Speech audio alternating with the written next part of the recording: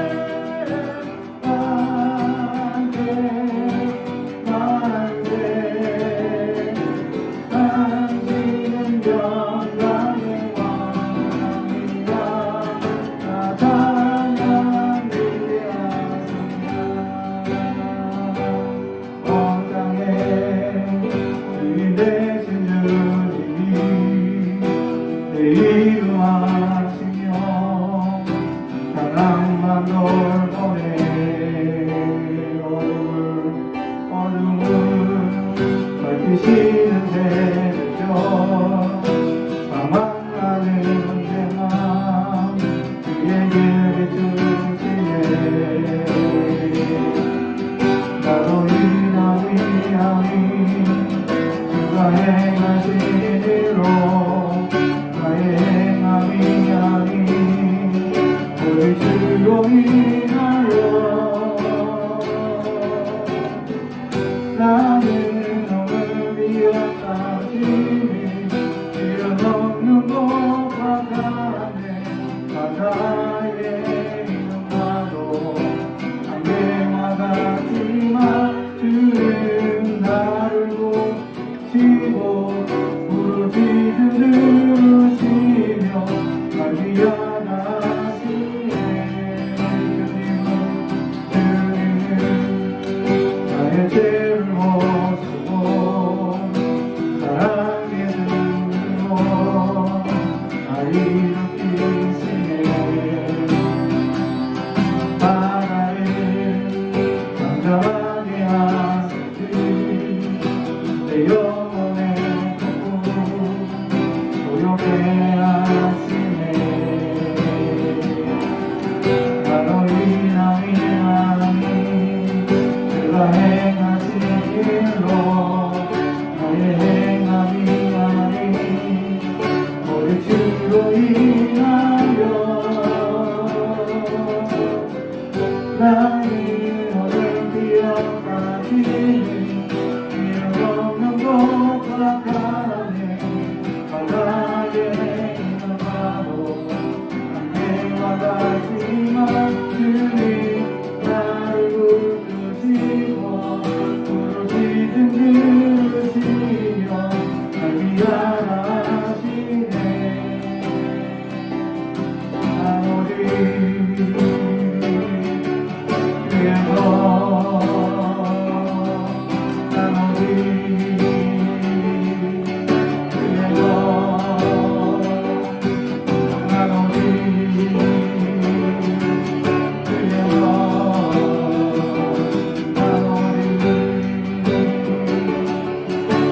주에서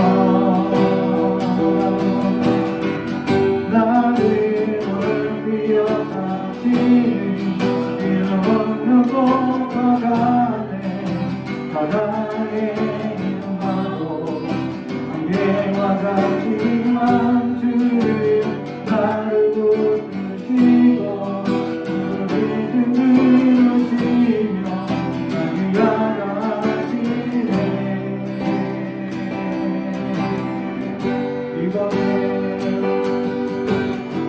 이곳에 생명샘 솟아나 눈물로 같이 나갈 때에 못하나 열매의 친구 웃음소 이런저란이나 그날에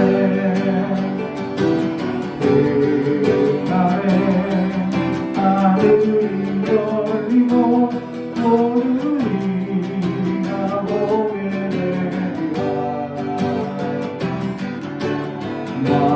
마침내 꽃들이 피고 영광에 주가 오시리라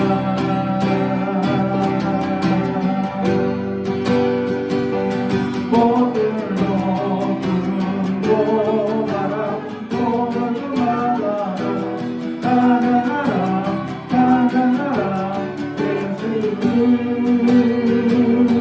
하늘을 올려 너의 나의 영혼아 은혜의 주 은혜의 주 은혜의 주 꽃들도 꽃들도 구름도 바람도 나를 만나러 가자나라 가자나라 예수를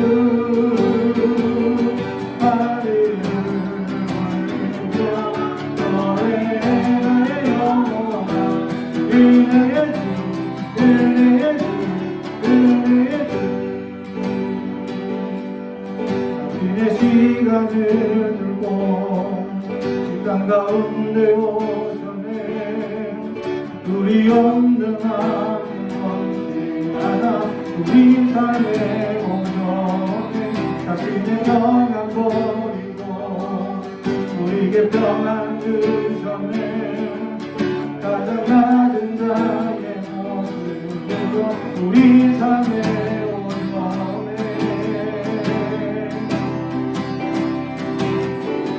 하나님 우리와 영원히 함께 하시네 꿈없는 우리의 그 나라 보여주시네 연약한 자들의 친구가 되어주시고 힘없는 우리의 인생을 위로하시네 당신의 시간을 두고 직장 가운데 오셨네 우리 없는 하늘 없지 않아 우리 삶의 오전에 자신의 평안 버리고 우리에게 평안 주셨네 가장 낮은 자의 모습으로 우리 삶의 오전에 하나님 우리와 영원히 함께 하시네 꿈없는 우리의 그 나라 보여주시네 연약한 자들의 친구가 되어주시고 힘없는 우리의 인생을 위로하시네 예수 보내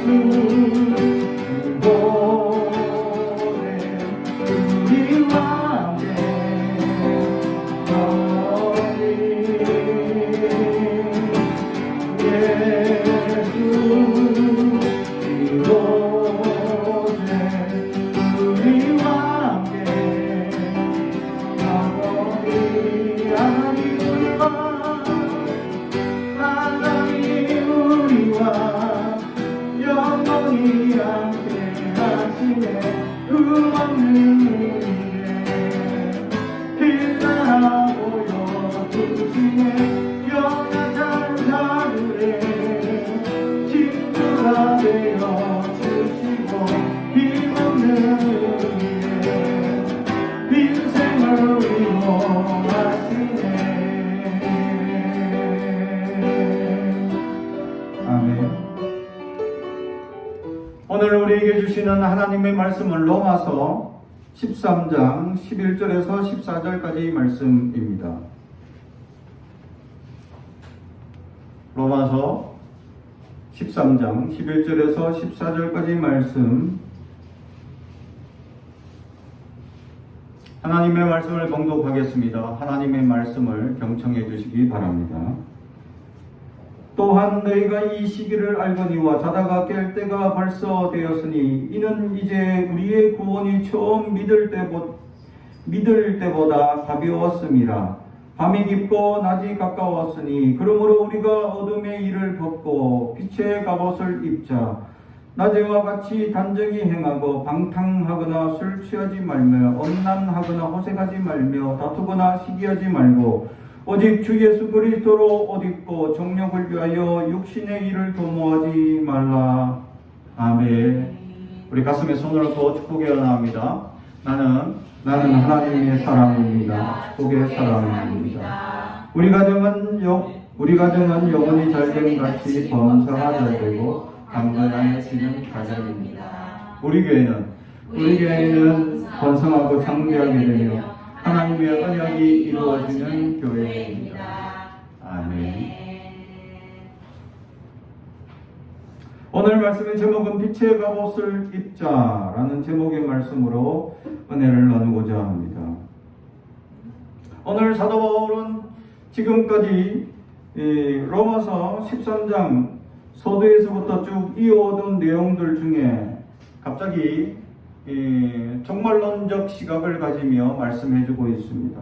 1절에서 7절까지는 국가 권세에 대한 태도, 성도의 태도에 대해서 얘기했고 8절에서 10절까지는 세상에 있는 이웃들에 대한 사랑을 해야 된다라는 말씀을 강조하고 있었습니다. 그러다가 오늘 갑자기 마지막 때에 대한 고백의 말씀을 하고 있다라는 것이죠. 다시 말해 이 성도가 이 땅을 살아가면서 우리는 어떤 인식을 가지며 살아가야 하냐라는 것에 대해서 오늘 말씀을 하고 있다라는 것이죠. 우리가 이 세상을 살아가면서 그 시대마다 또 그때마다 또 하나님 그 상황들마다 역사하시고 주관하시는 하나님의 뜻, 하나님의 역사, 하나님의 소명을 가진 자들의 뜻이 있다라는 것입니다. 다시 말해 하나님께서 그러한 주신 뜻을 제대로 보고 깨닫고 살아갈 수 있는 사람, 그런 사람이 종말론적 긴박감을 가지며 살아가는 사람들이다라는 것이죠. 그래야 우리의 삶이 진지해지고 하나님의 능력이 나타날 수 있기 때문입니다. 그리고 보다 근원적인 이유는 성도들은 궁극적으로 천국 시민으로서 그리스도의 재림과 성도의 최종 구원이 임박한 줄 알고 하나님의 크신 은혜와 사랑을 증거하며 살아갈 수 있는 그런 자세의 삶을 살아가야 한다라는 것이죠. 그래서 천국 시민으로서 그리스도의 재림과 성도의 최종 구원이 임박한 줄 알고 깨닫고 소망하며 우리는 충실하게 살아갈 수 있어야 한다라는 것이죠. 그래서 오늘 말씀에 대한 이 말씀은 무엇이냐? 11절 또한 너희가 이 시기를 알거니와 이 시기라는 단어로 번역된 카이로스에서 목적격 단수로 때 또는 시점 또는 기간 또는 시기 또는 계절 이것을 나타내고 표현해주고 있는 단어입니다. 이것은 원래 올바른 치수 또는 정확한 비율 또 적절한 결정 이것을 나타내고 있는 어떤 특정한 때를 나타내는 단어이죠. 이것이 시간적인 의미를 나타나는 경우보다는 어떤 중대한 상황 또는 사람이 숙명적으로 이끌려 들어갈 수 있는 상황을 나타낼 때에 쓰는 단어가 바로 이 카이론이라는 단어다라는 거죠. 그래서 이것을 긍정적으로 해석을 하면 기회의 때라는 해석이 될 수 있고 이걸 부정적인 요소로 이걸 해석을 하게 되면 위험의 때로 해석할 수 있는 그 시기라는 단어다라는 거죠. 그런데 오늘 성경은 우리에게 너희가 이 시기를 알거니와 라고 표현하고 있는 것처럼 다시 말해 그리스도인들은 이 시기, 지금 이 상황의 때가 긍정적인 상황인지 부정적인 상황인지를 알아야 한다라는 것을 말씀해 주고 있습니다. 다시 말해 우리는 이 세상에 지금 국면하고 있는 여러 가지 현상들, 상황들, 여러 조건들, 정치와 경제, 문화 모든 상황 속에서 일어나고 있는 변화들 대중들이 지금 무엇을 쫓아가고 있고 어떤 것을 갈급하고 있는 것에 대한 면모들을 바라볼 수 있어야 한다라는 것이죠. 올해는 유난히 어떤 때보다 물에 대한 두려움이 강했던 시기이기도 합니다. 장마로 정말 온 나라가 물에 가라앉는 역사도 있었고 며칠 전만 해도 또 태풍이 또 와서 어려움을 겪는 지역들이 생겨나게 됩니다. 그래서 사람들이 어떻게 합니까? 그 전까지 태풍이 온다 준비해라 아무리 홍보하고 알려줘도 막상 태풍을 맞이하고 보니까 여전히 더 준비해야 될 것, 여전히 더 우리가 단단히 준비해야 될 상황들이 나타나고 있다라는 것이죠. 상황을 알고 시기를 알고 잘 준비하고 깨닫는다 하지만 늘 그 상황은 우리가 원하는 대로 이루어지지 않았다. 늘 우리가 생각하는 것보다 더 빨리 진행될 수도 있고 느리게 될 수도 있으며 아예 상황이 완전히 벗어날 수도 있다라는 거죠. 그래서 사람들이 지금 어떻습니까? 또 태풍 하나 더 온다 하니까 바짝 긴장합니다. 이게 이쪽으로 올지 저쪽으로 올지 어디로 갈지. 이기적인 마음에서는 지금 가는 방향 중국으로 가고 있으니까 계속 그쪽으로 싹 갔으면 좋겠는데, 그게 또 이게 태풍이라는 건 육지를 딱 만나는 순간 커브를 틉니다. 항상 커브를 틀거든요. 왜냐면 기압의 차이가 너무 나니까 바다하고는. 그래서 가던 방향에서 커브를 틀어서 항상 우리나라 쪽으로 올라오거나 더 많이 틀면 일본 쪽으로 가는데, 그래서 이기적인 마음 같았으면 중국을 올라가 버리거나 그래서 소련으로 확 이렇게 가거나 하면 얼마나 좋을까. 아니면 완전히 튕겨나서 일본으로 확 이렇게 지나가고 우리는 피해 없기를. 이게 우리의 욕심이고 이기적인 마음이죠. 그러나 한 번도 이렇게, 물론 그런 때도 있었기도 하지만 그렇지 않은 때도 있었다라는 겁니다. 그걸 생각해보면 우리가 사람들이 인식에 올해는 물에 대한 두려움을 가지는 시기가 많았다. 왜 하나님께서 물에 대한 두려움을 가지게 하실까? 라는 것을 생각해보면 온난화로 인해서 해수면이 점점 올라가는 현상들을 생각하면 이 해수면이 낮은 나라들이 물에 의해서 가라앉는 것을 어쩌면 몸소 체험하게 하는 역사가 있는지도 모르고 있다라는 거죠. 실제로 태평양 한가운데 있는 어떤 이 나라들은 나라 자체가 없어집니다. 거의 육지의 3분의 2가 가라앉은 지역도 있어요. 지금 가라앉아가지고 어떤 나라들은 다른 나라 근처에 있는 나라 그리고 대륙이 있는 그쪽을 향해서 우리나라 좀 위에서 땅을 좀 이렇게 내주세요 하는 나라들이 있다는 거죠. 실제로 나중에 일본이 가라앉아가지고 우리나라 보고 그래도 우리는 대륙에 붙어 있으니까 조금 나라 좀 양보해 주시겠습니까? 하면 어딜 떼줘야 될까요? 부산? 대구? 대전? 찍고 서울? 어디를 떼줘야 할까? 그죠? 근데 일본이 우리보다 더 높답니다.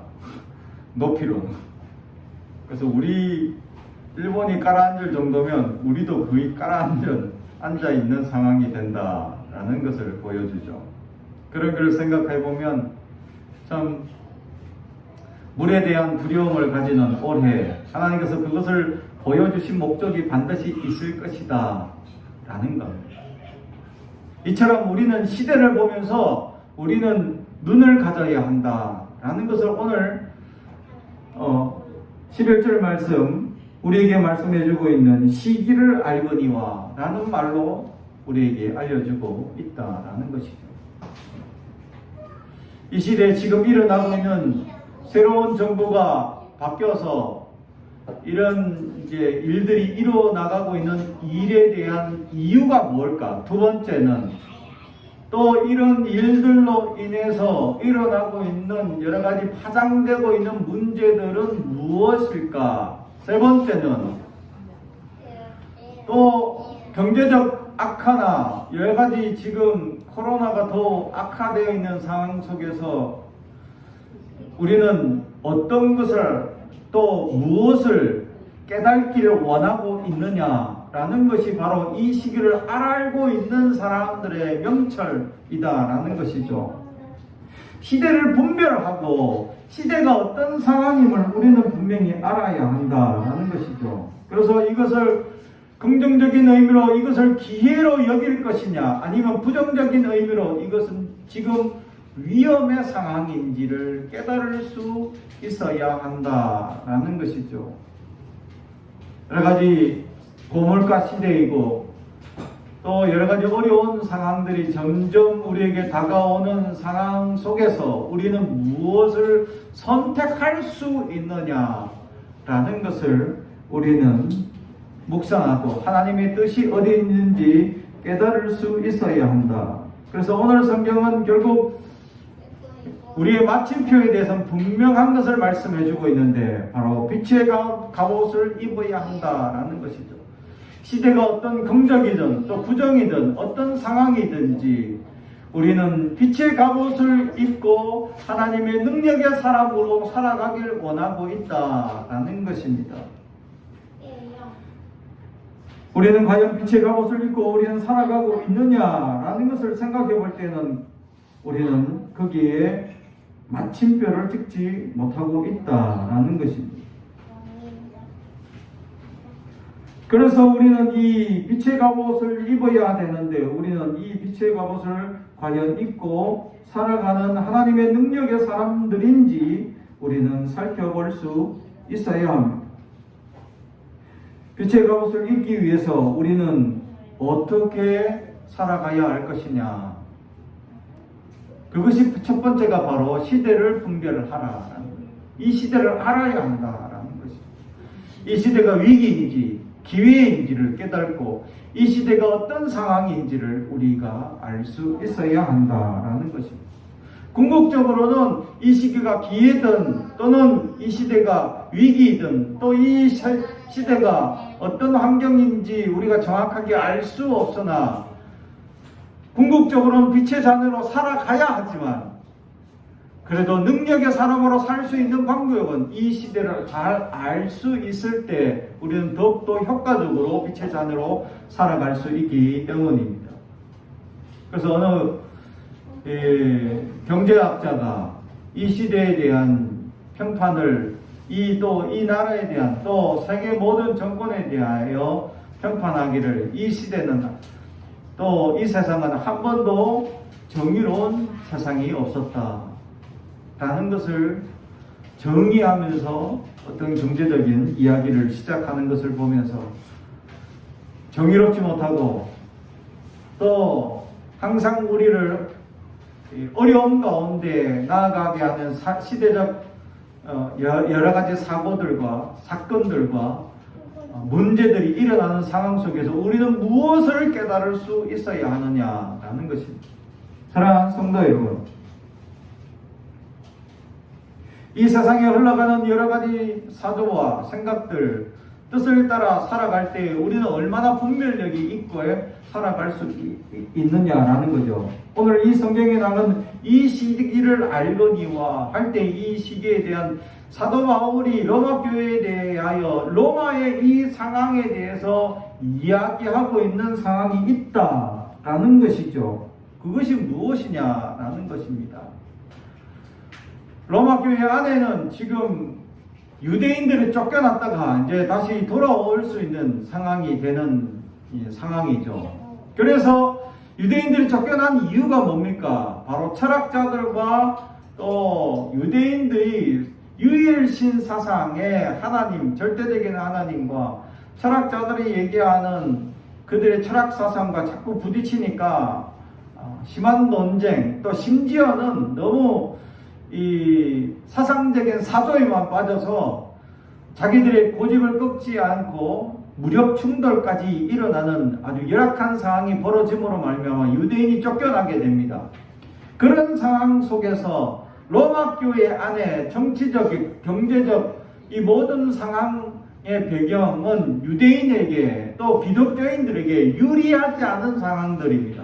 특히 철학자들이 한참 철학적 사조가 높아지고 그런 철학적인 이 사고들이 점점 깊어지는 상황 속에서 많은 사람들이 그것을 따르고 그것이 마치 자기들의 신념을 저버리게 하는 상황에까지 이르게 되는 아주 심각한 상황에 초래하는 결과가 일어났기 때문입니다. 그래서 우리가 잘 아는 요한복음 말씀이란 단어, 이 단어가 로고스인데 사실은 이 로고스는 철학자가 얘기하는 최고의 경지의 깨달음을 얘기하는 그것에 대하여 복음서에서 가져오는 너희가 얘기하는 그 로고스가 바로 예수님이시다 라고 변론을 할 수밖에 없는 상황이 이루어지는 철학적 사고가 굉장히 높아지고, 그런 사도들이 심각한 상황 속에서 이 사도 바울이 로마교회 철학적 사고가 가장 많이 일어나는, 가장 집중되는 수도인 이 로마 안에 있는 사람들의 상황들에 대해서 알고 있다라는 것이죠.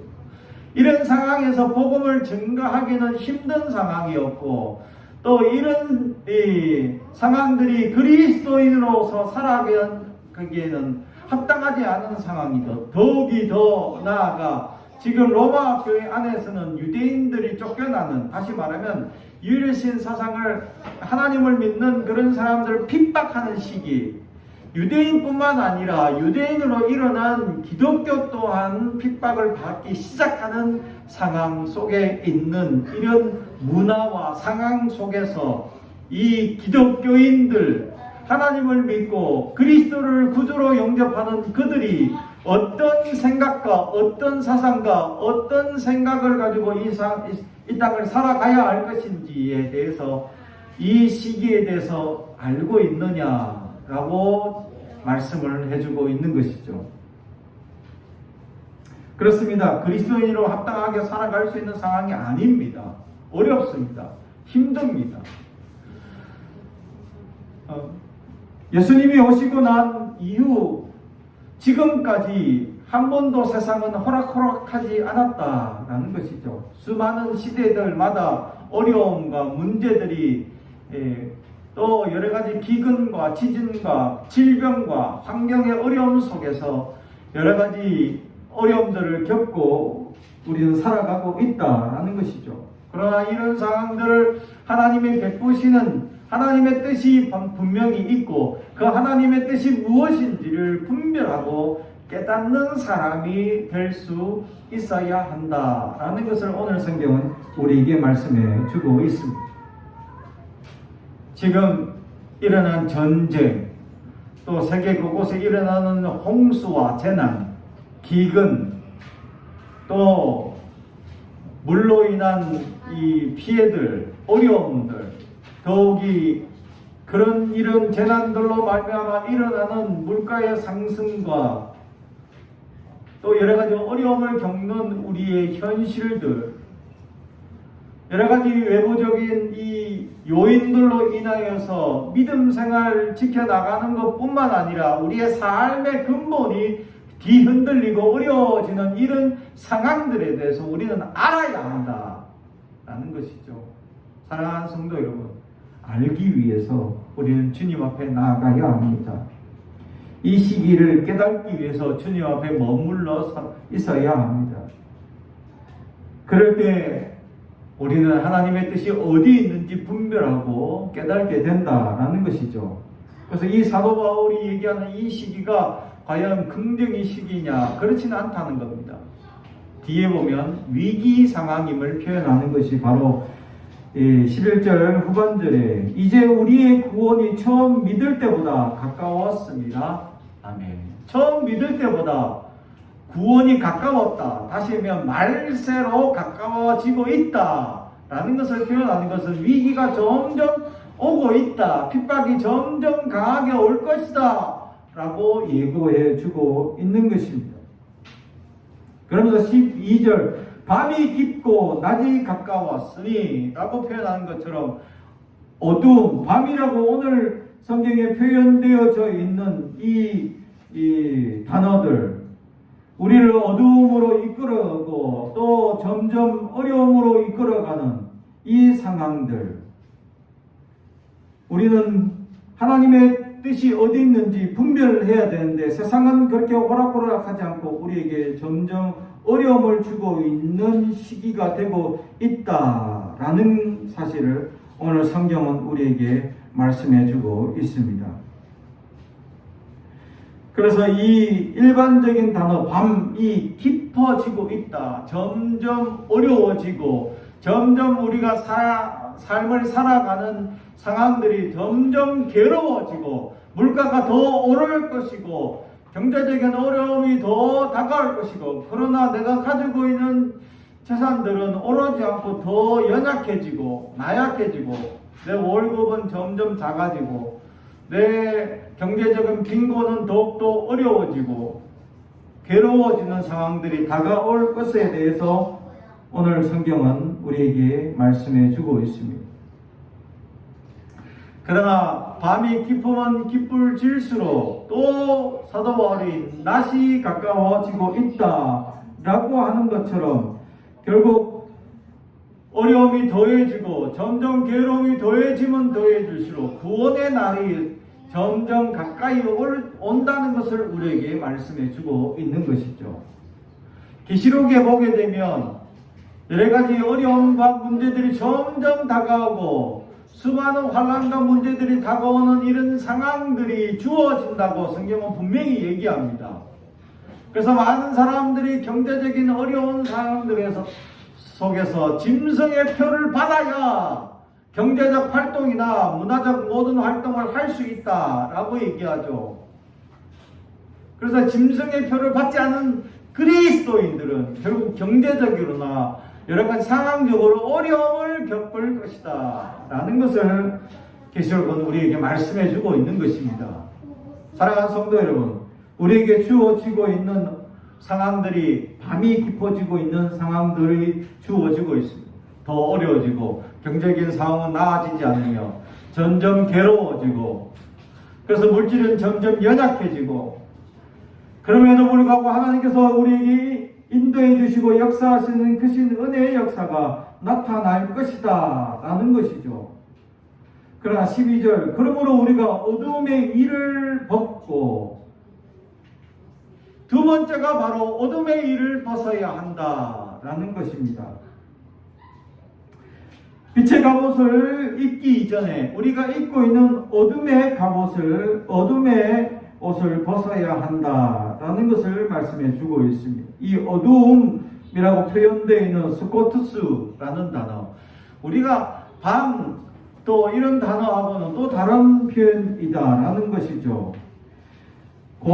고전 헬라어 문헌에서는 객관적인 위험과 주관적인 불안을 표현할 때 이 단어를 쓰고 있다. 그냥 우리가 생각할 때 한글로 표현해주는 그냥 어두워진다, 깜깜해진다 라는 표현이 아니라 우리의 삶이 어두워진다, 위기가 다가온다 라는 표현으로 이 단어가 쓰여지고 있는 것이죠. 구약에서는 호셰크라는 단어로 사용되어지는 이 어둠의 단어를 사악한 일이라고 번역하기도 하고 있다라는 것이죠.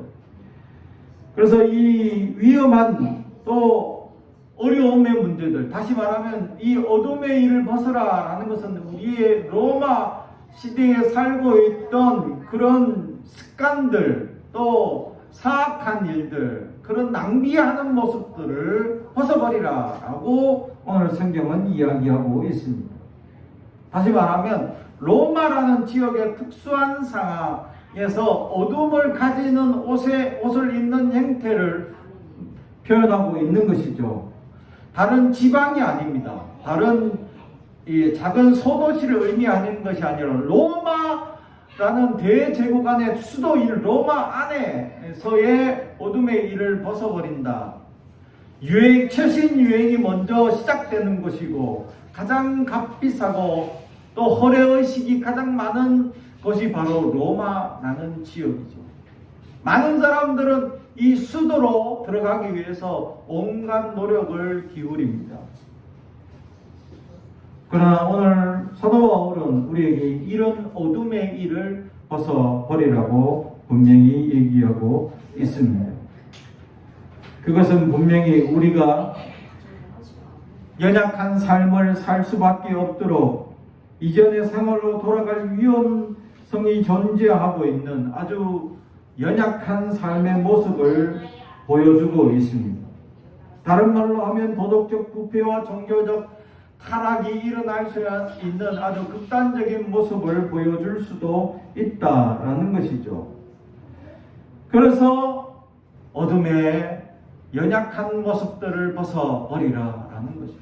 우리는 우리 안에 어둠의 습관들이 배어져 있지 않은가 바라볼 수 있어야 합니다. 우리의 삶의 어둠의 모습들, 하나님을 따르지 못하게 하는 삶의 습관들, 하나님 앞에 온전히 말씀을 깨닫지 못하고 기도하지 못하게 하는 습관의 모습들의 연약함들을 벗어버려야 한다라는 것을 말씀해 주고 있습니다.